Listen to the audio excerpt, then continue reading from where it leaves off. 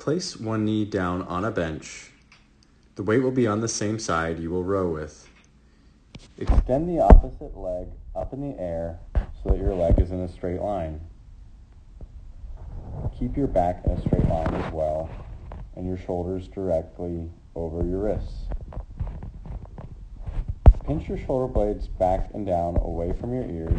Squeeze your glutes and draw your belly button in towards your spine. Carefully grab onto the weight. While keeping the rest of your body still, row the weight up and squeeze your back muscles at the top of the movement. Return to the starting position under control and repeat for a set number of repetitions on each side of the body.